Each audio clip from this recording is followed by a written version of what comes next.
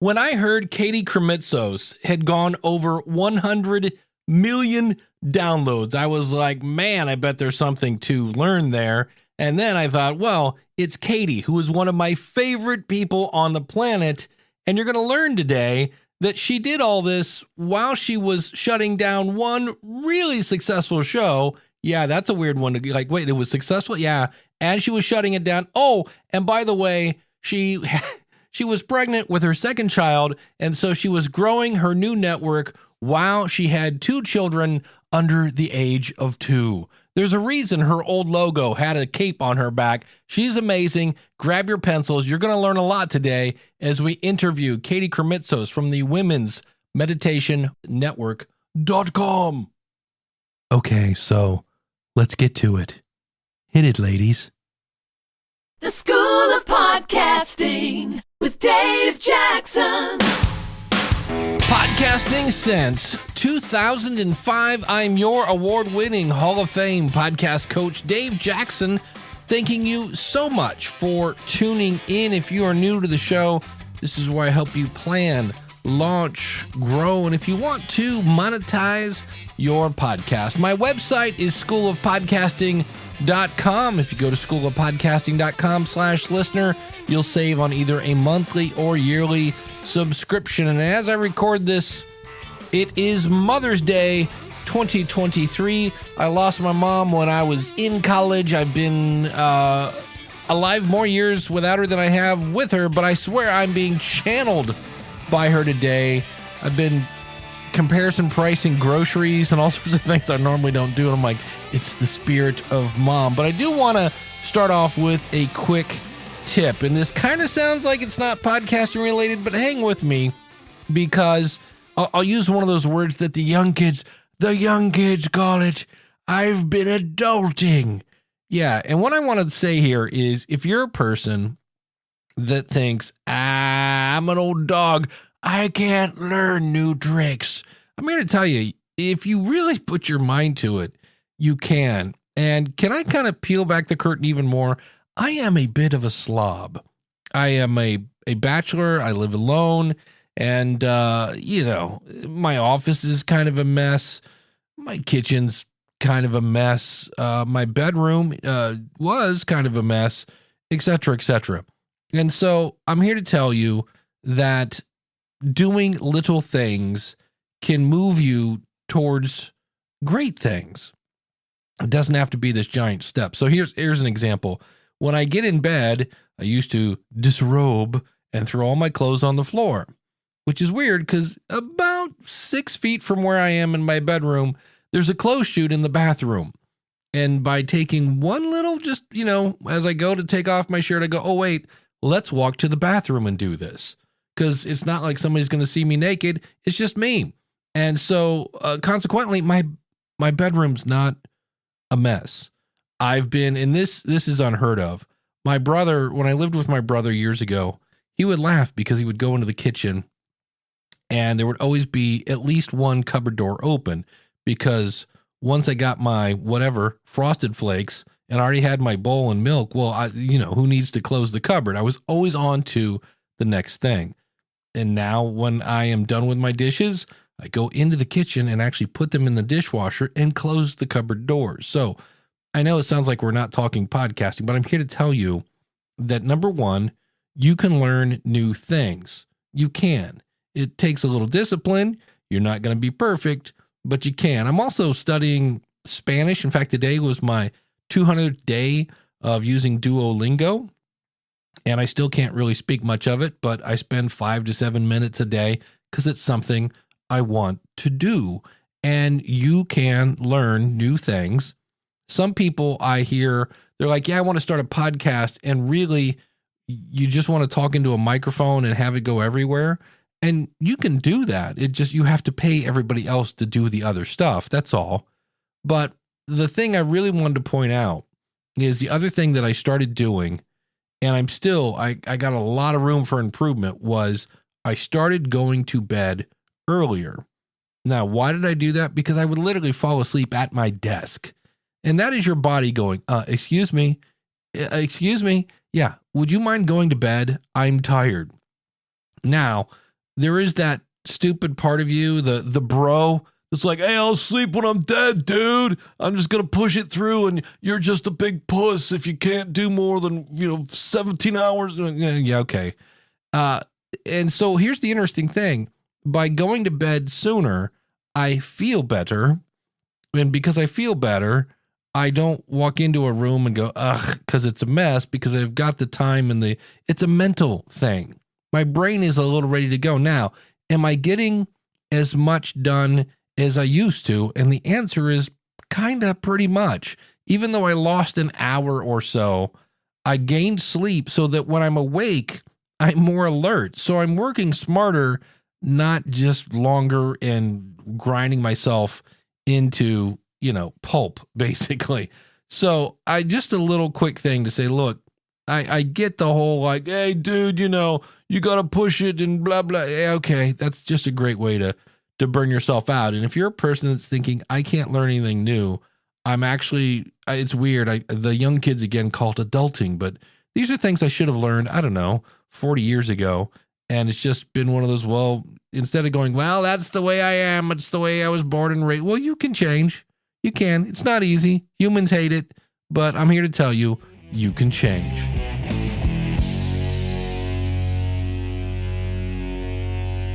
All right, next up, it is my conversation with Katie Krimitsos from the Women's Meditation Network.com. And you'll hear a little backstory. I don't want to do a double intro, but I don't want to hide the lead. Why is Katie on the show?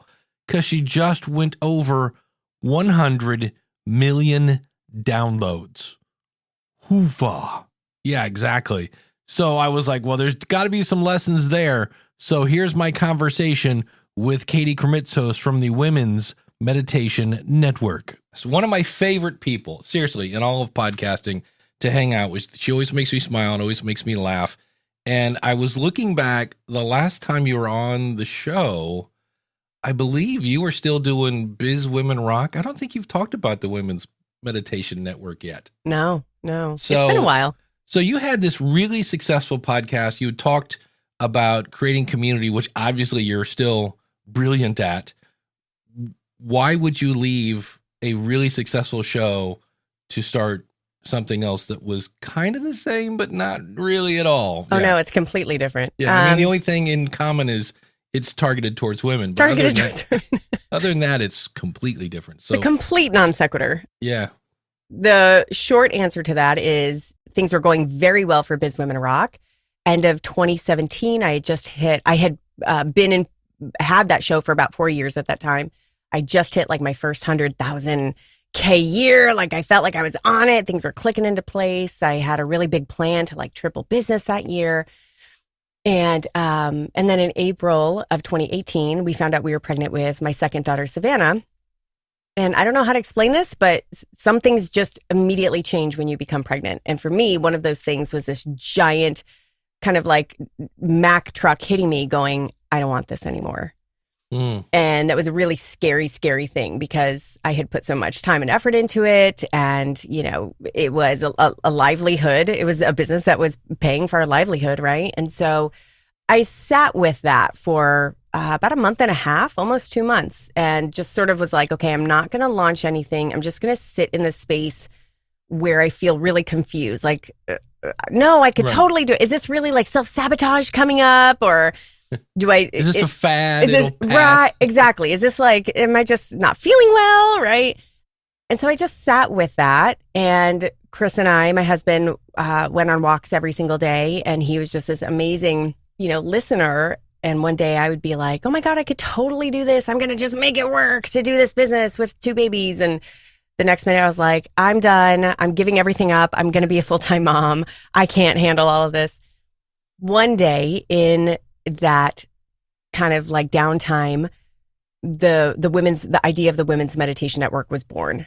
And not only was it born, but because it was something that was interesting to me, Chris and I spent a lot of time sort of dreaming into the future, if you will. Like, what could this thing be? And what is it? And is this right? And God, does this feel good? Wow, this could be. And so a couple of things happened. Number one, it felt really good. no one knew me as a meditator back then. I am not credentialed to be a guide of meditation or a teacher of meditation, but I have been meditating as a practitioner since I was 19. I'm 44 now. And I have done it very imperfectly in all sorts of different ways and all sorts of regularities for all those years. And I loved what it did for me. And I just felt like I feel like I can do this, and I feel like other women would really connect to it. I think that I would love to bring this gift of meditation to other women who either don't know about it or are looking for a new type of meditation. And then the other thing was that we, being the podcasting nerds that we are, we actually did our research and we started looking and just searching for keywords. Like when I look up meditation, what's there? When I look up women and meditation, what's there? And in 2018, there was one meditation that existed that was dedicated to women.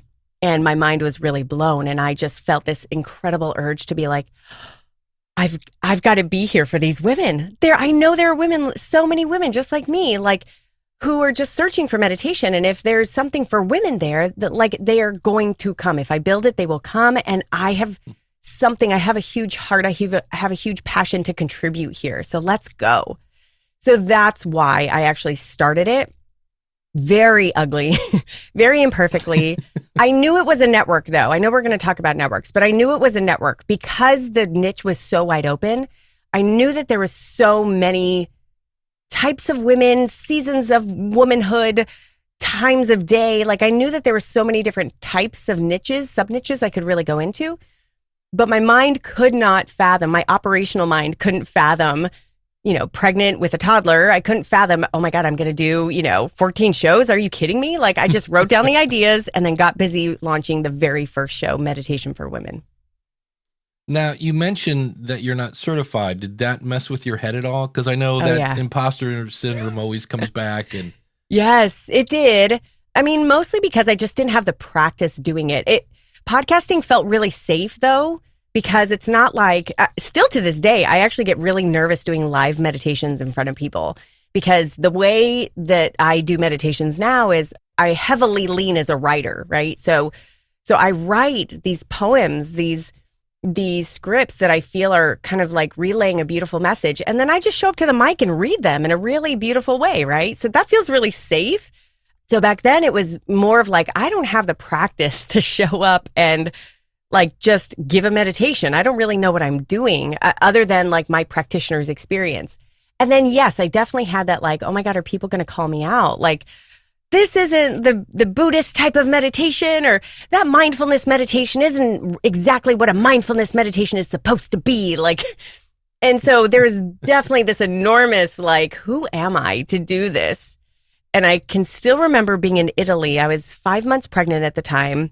I took a whisking, like random, those moments of like, I got to go here. And my friend, Allison Melody, we both know of Food Heals podcast. She was putting on a vegan Italian retreat. And I was like, I need to go. Like, I just know I need to go. So this is the last moment I'm going to get of any type of like kind of alone time before like hits the fan with 2 little kids, right?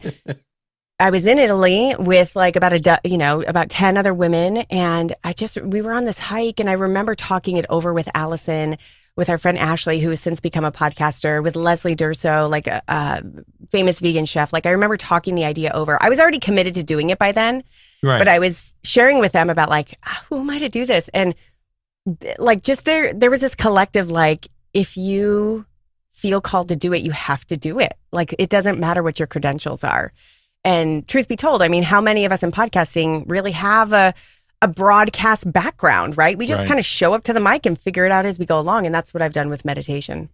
Well, and the one thing, by not following maybe exactly to the letter the way you're supposed to do this, you are then unique. Yes. I'm so glad you mentioned that. That sets you apart, I'm so glad you mentioned that, because if you ask me, one of the contributing factors that I think is a pretty big contributing factor as to why the network and the brand and the concept has really taken off is because they're not your normal meditations.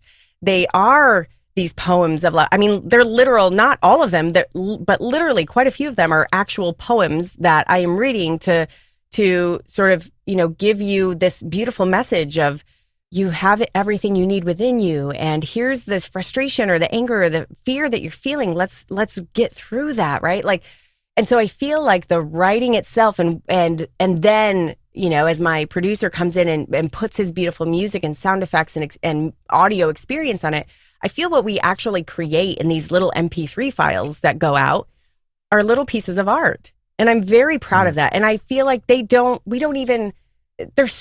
so like really humbly proud of the quality of these meditations and how unique they are, that I don't even feel like they're like anything else that you hear.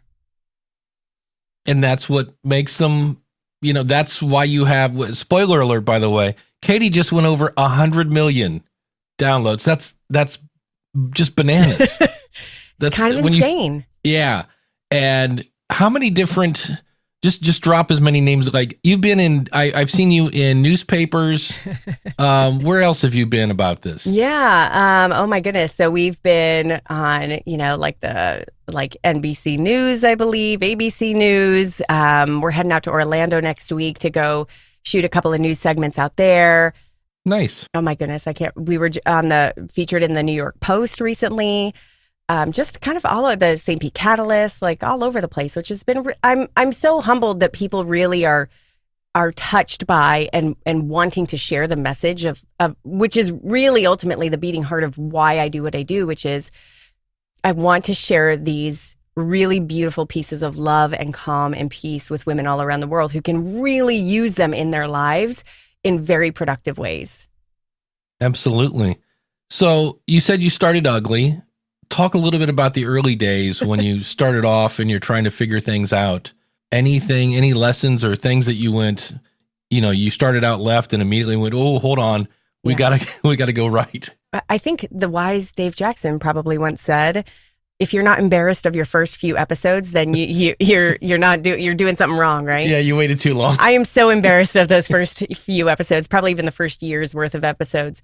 I started sitting down and writing kind of messages that I wanted to give. The process for each meditation is that I come up with sort of what a title is. Like, what's kind of a sexy title that encapsulates what I'm feeling or what I want to feel or what I want to experience, the message I want to share, and then universalize it, obviously. And then I'm going to write a little message about that. And so, you know, starting off, basically, I feel like I'm kind of embarrassed of how elementary those words are, and then therefore how elementary my voice really was. I have definitely learned my meditation voice. My meditation voice back in 2018 was very fast and very high. And I mean, you can kind of hear my energy now, and that's the voice that people knew. So it was this weird, like, I'm trying to find a meditation voice, but people don't know that voice. And so I sort of had this like middle ground for a while. And so it was really, the ugliness was really in the actual like content that was going out. Not so much in the back office. In the back office, because I had so much podcasting experience by then, I was pretty organized. I knew what I was doing. But yeah, the content going out, I was like, oh, okay, we just got to keep leaning into this and practicing. And so it probably took me a couple years. We're about 5 years old now. I would say probably by the third year. I mean, obviously in those first 3 years, I kept practicing, you know, different ways of saying things and different kind of processes. But by year 3, I really actually started experimenting with writing poetry. I took a songwriting class because I understood, you're a music guy, so you'll get this. I see the scripts that I write as very similar to music, in that when you hear the lyrics of a song and you hear the whole experience, the audio experience along with that, like those words touch you to your soul, right? And so I knew if I could create lyrics that did that combined with the audio experience that was created upon it, like that, it was going to have the magic and the power that a song could have. And so I started getting really creative with the writing. And then obviously just the practicing of the voice. Each show has a different voice too. Like, you know, my sleep show is obviously very, very, very slow. My morning meditation voice is not that slow, but still has to be, you know, meditative. So yeah, it it was a lot of like, let me put my head down, let me just churn this out, and I'm going to learn with every individual one that I do. So you've come up with something new. You're like, you know what? I'm going to try this new thing, right? We used to do it this way. I'm going to do that. How hard is it to try something new? Because I know some people, they'll just wet their pants, and other people are like, I don't know, throw it on the wall, see what happens. Where are you in that spectrum? That's a great question. I pretty much go for broke. In the space of, let's say, entrepreneurship, I tend to be less risk averse. I like stability. I like kind of like methodical growth, right? Versus my husband, for example, who's he likes like creativity and always new and all that sort of stuff. And so relating that to that, I like to do new things. I absolutely will throw myself into new things. And my brain is always working about like, how is this sustainable? How do we operationalize this? But I say that on the backdrop of my whole life, I have been, as a kid, I was really taught gratefully by my parents that you're never stuck in anything. Like, you get to create your life. Go find what you love, do it. The money will take care of itself. And guess what? If what you love changes, it's okay. So I've had a lot of twists and turns and pivots and, quitting my job to try this thing over here. Like, those are all seem very, very scary to a lot of people. But for me, I've had so much practice doing that. So when the idea of, I don't want this business anymore and I want this new thing, I was like, I'm on board, let's go. Like, it didn't occur to me that I should be scared of that or worried about the downfall of that. I mean, I definitely had some healthy fear about it, but it was more like, everything's going to turn out fine. I'm going to learn something along the way. I'm okay. Now, the logical, operational person in me definitely planned that. Like, I had a plan around that. Like, truly, it took about 1.5 years for me to launch the meditation podcast. I was still carrying the Biz Women Rock podcast. Then I had my second baby. And literally for about 1.5 years, I managed all 4 of those things, slowly paring down Biz Women Rock while my little one slowly got bigger and bigger. And so there was then this moment at the beginning of 2020 where I was finally like, okay, Biz Women Rock is done. I have a 1-year-old. I'm out of the baby cave. My brain works now. Like, let's go. And I could really just focus on Women's Meditation Network. And you see that concentration in the numbers. How nuts is it, though, to have 2 podcasts and 2, like, how do you do that? How do you do that? Well, we'll find out in just a second. But before you get your 100 millionth download, you got to get that first one. So here's a quick message to help you plan, launch, and grow your podcast. Yeah. How nuts is it, though, to have 2 podcasts and 2, like, how do you do that? Actually, I have a really very clear answer for this. I'm a stickler for priorities. And some people call it time management. I'm going to call it energy management. I'm obsessed with making sure that every moment of my life is worthwhile. And I don't like wasting time. It's probably my biggest pet peeve. That doesn't mean I don't have downtime, but the downtime is purposeful. Right. And so what I did very strategically was, as soon as I knew that I was launching this podcast, the Meditation for Women podcast, I had to ask myself very real questions. Okay, what does that mean for all this other stuff for Biz Women Rock that I was about to do? And what does this mean? Can I just stop it? No, that doesn't feel right. So what I did is I very strategically asked myself, okay, I still need revenue from this business to pay for my life while this other thing actually kind of like starts, because it's eating up money at this point, right? Like, I'm starting from scratch.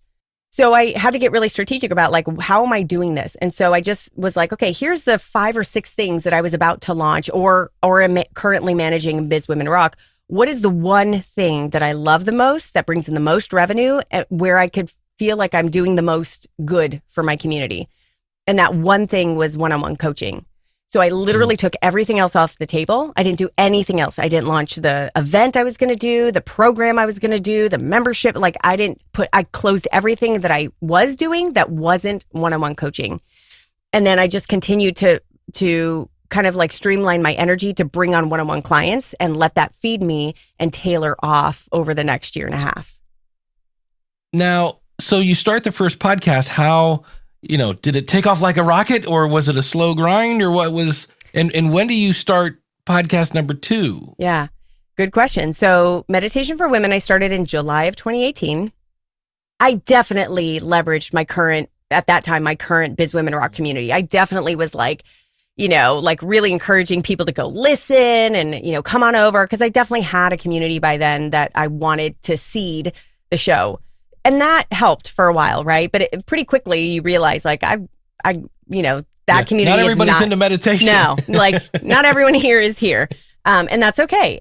But it grew, I believe, by nature of just being in the marketplace where it needed to be. Right. Being titled something very boring that was very obvious, that told you what it was, right? And so by October, 3 months later, we hit 5,000 downloads for the month of October.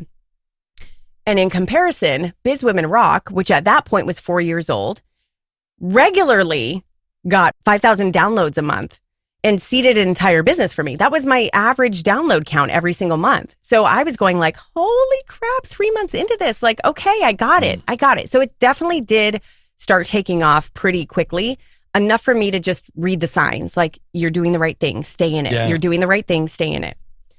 Fast forward now to March of 2020. So we're talking a year plus later, right? A year and a half later.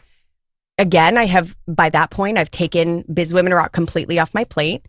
I have a 1-year-old who I can now kind of like have a brain about me again and really like have this energy that's now focused on the Women's Meditation Network. Still have the one podcast.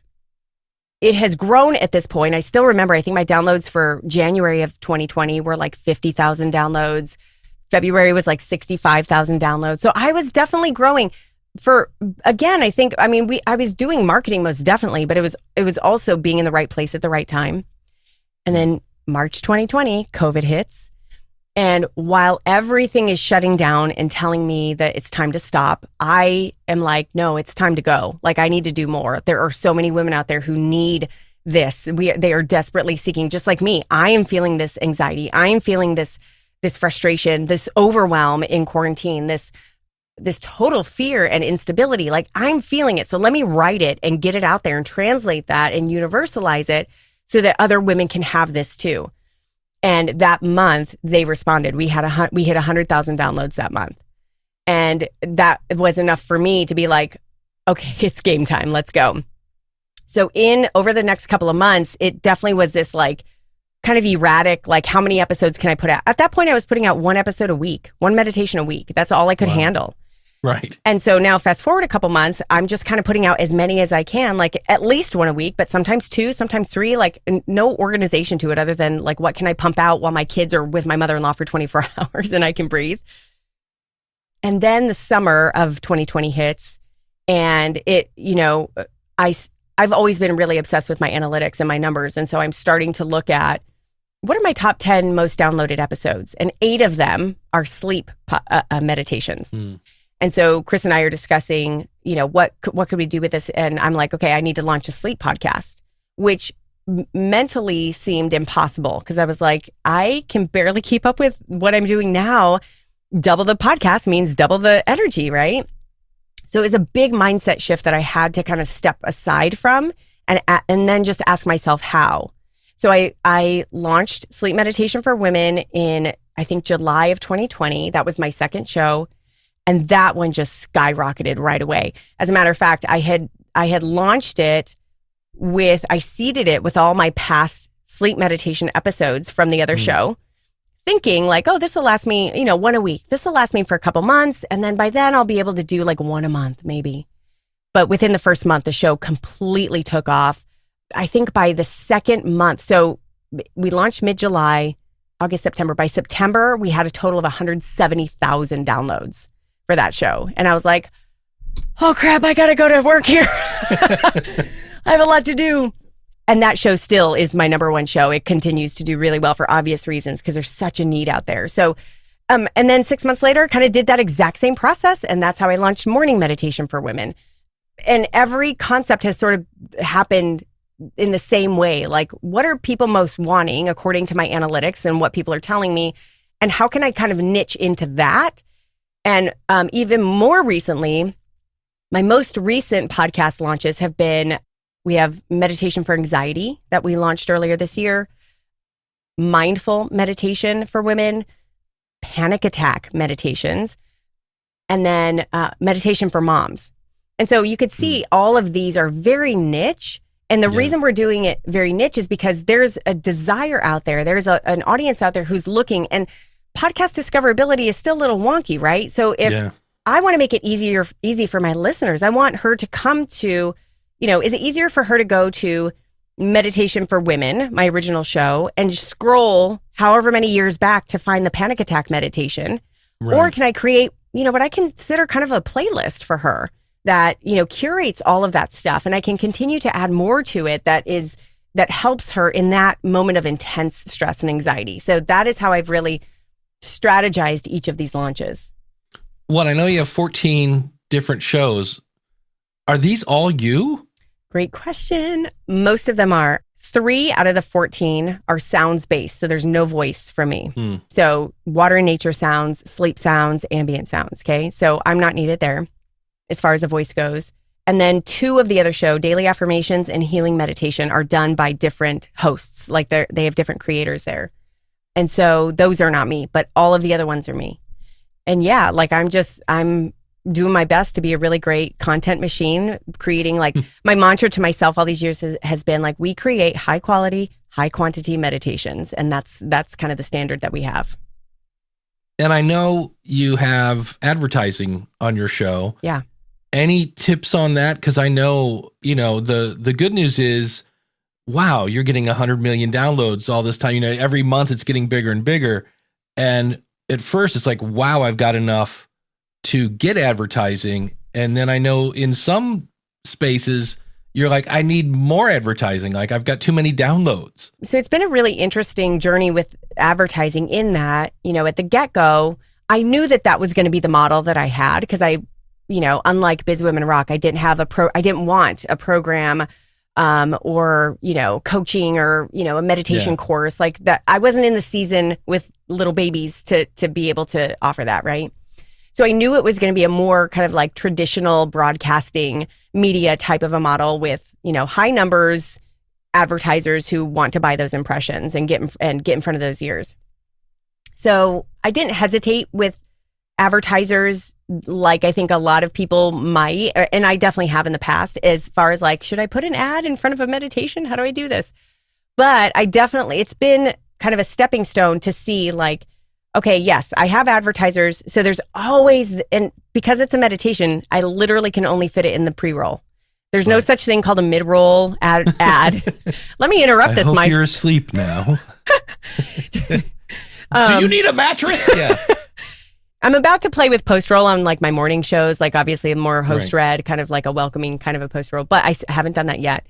So there's a couple things that go into it. Number one is a very conscious kind of engineering of this pre-roll. What is that experience when somebody first comes to listen, and how do I make the advertising not standoffish, right? So that's one. But then there is like, yes, we want to hit all these numbers. We want to continue to grow, but it's a job in and of itself to manage and go after and acquire host-read advertising. That's sort of one portal of ads. And then we also do programmatic ads. So, those ads that you hear on YouTube, those 10, 20, 30-second little ads that are not my voice, right? So we do both of those.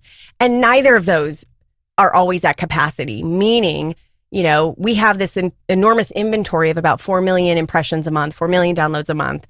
And we're not filling that with advertisers yet. And that's okay, but that's like what we're constantly striving for. And so it's a matter of like managing the host-read ads are still, I in my opinion, very archaic, and the process is very archaic. And it's a lot of heavy lifting to have the ad go live, and, you get paid like 3 to 6 months later, and it's a pain in the butt. The programmatic ads are a hell of a lot easier, but have a lower rate, which is okay.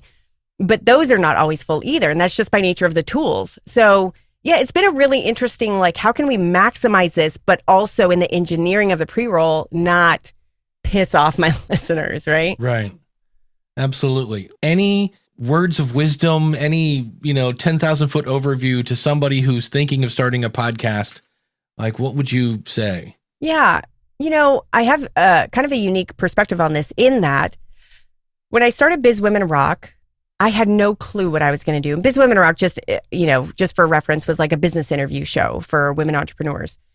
I had no idea what I was doing other than I didn't know that I was a coach when I first started. I didn't know the business model behind it, but I knew I just was interested in talking to really brilliant and amazing women entrepreneurs. And I just started to do that. So it took a long time, but I carved out my own little niche and my own little community, sort of figuring myself out and figuring out the podcast and figuring out the business along the way. So that was a really beautiful journey. Women's Meditation Network, I knew exactly what it was from the beginning. I knew exactly who I was in it. I knew exactly what it would look like, and really just like stepped into it and it was like, let's go. What I would say is that no matter where you find yourself, either knowing exactly what you want and how you want to use your podcast and what it's going to look like, or I have no clue, but I'm feeling this pull to do it. Just start, because who you become in the process is so much more satisfying than staying on the sidelines. And you're going to figure it out. And you have really amazing people like Dave Jackson, who literally know everything there is to know about podcasting. You have such a beautiful community of fellow podcasters here who are all so giving in their stories and their sharing and their resources and their time and their energy. And so just get in, figure it out. And if you are in it and it's not what you want it to be, continue to experiment. I think one thing that has served me well that I didn't really learn until Women's Meditation Network was that this entire thing is an experiment. And it gives me a lot of freedom to actually try a lot of things, knowing that many of them might fail, knowing that many of them might be a giant screw up, right? But if I look at it as this giant experiment, I'm a scientist, right? Like I'm constantly learning what didn't work, how can we tweak, what did work well, and how can we lean deeper into that? So that has served me very, very well. So if you can see this entire journey, no matter where you are on it, as just a big experiment and just have fun playing, that's the advice that I would give. So when you try something new, like let's say you're trying to grow your audience, I'm going to do this new strategy. Right. How long do you give it before you go, that's not working? I don't know. It depends on what the strategy is. It depends on who the people are. It depends on what you're seeing. I mean, with some strategies, you can see right away. Like I remember doing a strategy. This is one example that anyone could do. Early on, I did a strategy with a couple of the podcast players, asking if I could just get a feature. Can I get featured? Because many of the podcast players have like an area that they feature their favorites, right? Many times you can submit yourself to like, I would love to be featured, or maybe there's a contact out there that's even better that you have that, hey, I want to get featured. So I did that with a couple of them, but I'm going to mention Castbox. Castbox is a podcast player. I did a feature with Castbox very early on, and I said, hey, can I get featured here? And they featured me, and they kind of like forgot to take me off the featured list. And so the feature was like, I was on there for like 3 months with my original show. And I didn't have big Castbox numbers, but 3 months later, I was like, oh yeah, they still have that feature on me. Let me see what my numbers were.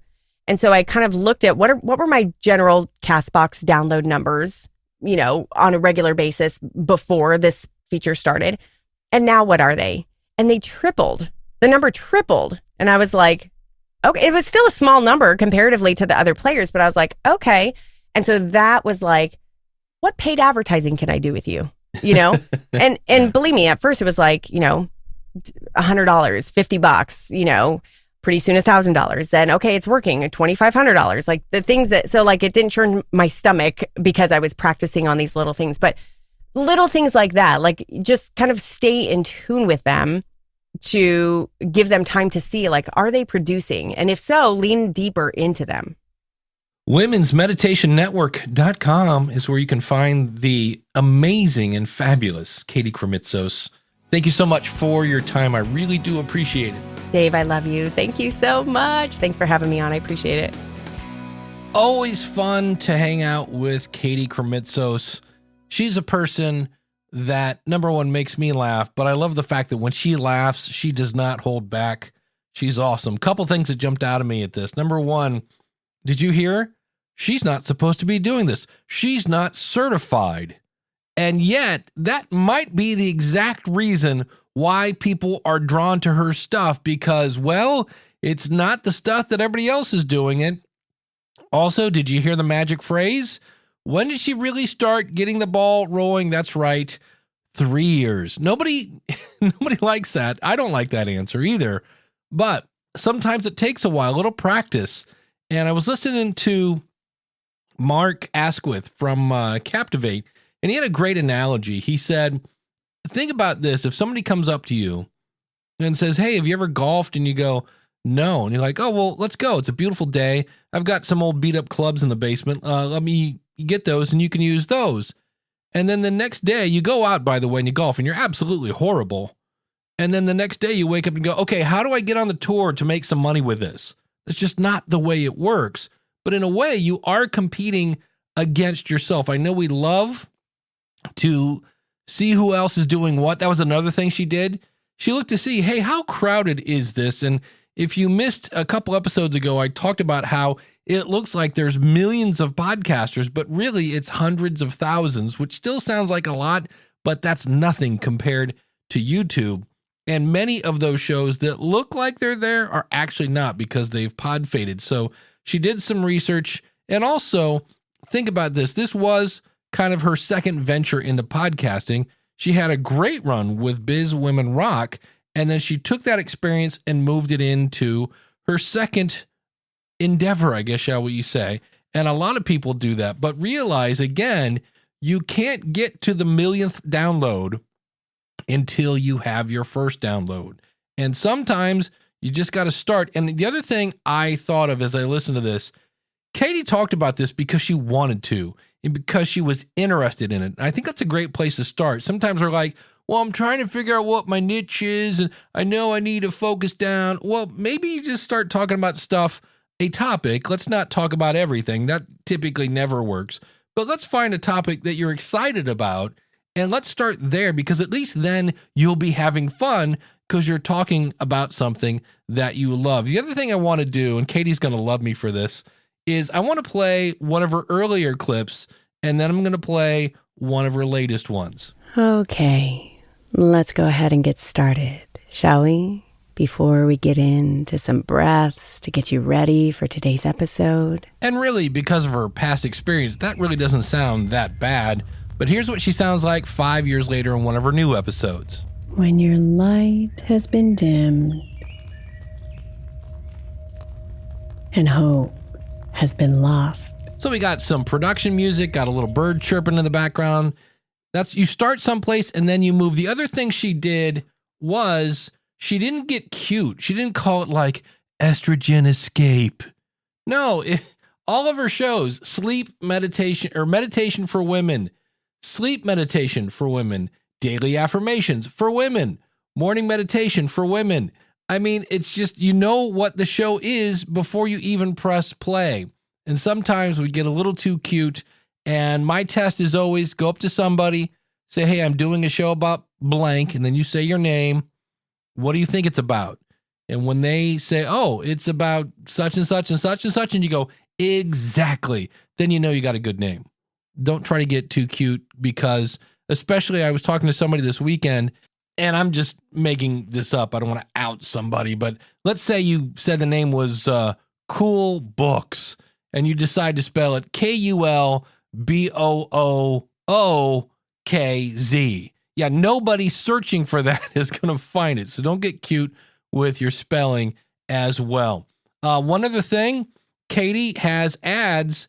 And if you have ads in your show, that means you can maybe sell some, especially think about it, meditation, and you're trying to relax. And all of a sudden somebody comes on and goes, hey, purple mattress.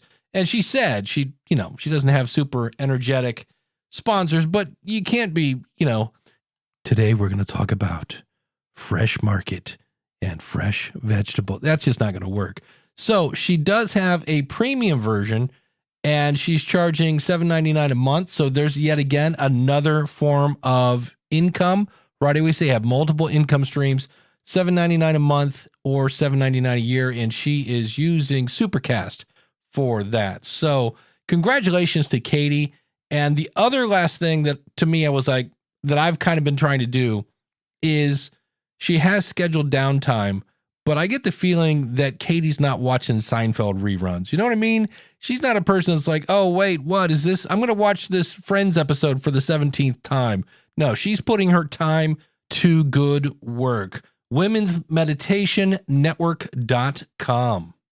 One last bit of housekeeping. I just want to keep you informed that, as you've heard, I will be in London at the podcast show, and I am flying back, I believe, the 26th or the 27th. And I say this because May 29th is the question of the month episode, and that may not, we will definitely have those answers displayed. It just may not be on the 29th because I'm not sure what kind of shape I'm going to be when I get back and how jet lag is going to hit me and things like that. I will definitely have an episode out on the 29th. I haven't missed in 18 years. Why should I miss now? But I'm just saying, if you listen to a show, the episode on the 29th, and you go, hey, where's the question of the month? It will be out the following week. Thanks so much for listening to the show. Again, if you want to plan, launch, grow, monetize your show, come out and join the School of Podcasting. We've got step-by-step tutorials. We've got an awesome community and, of course, unlimited one-on-one consulting along with group coaching. And if that's not enough, a 30-day money-back guarantee. Go to schoolofpodcasting.com/listener. Until next week, take care. God bless. Class is dismissed.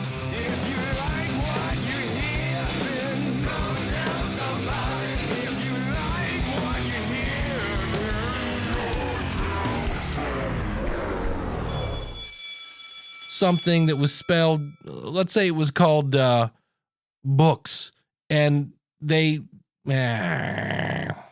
thinking off the top of your head is not good. No.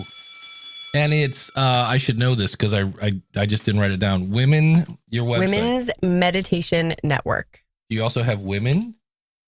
I both domains. I have that, but yeah, everything's at Women's Meditation Network. .com. And there's 17 shows, right? If I remember right. 14. 14. Yeah. Right. So glad I did my research. It's okay. You don't have to be anything other than you here. You don't have to, come on. It's all good. So, Katie, tell me, just introduce yourself, Katie.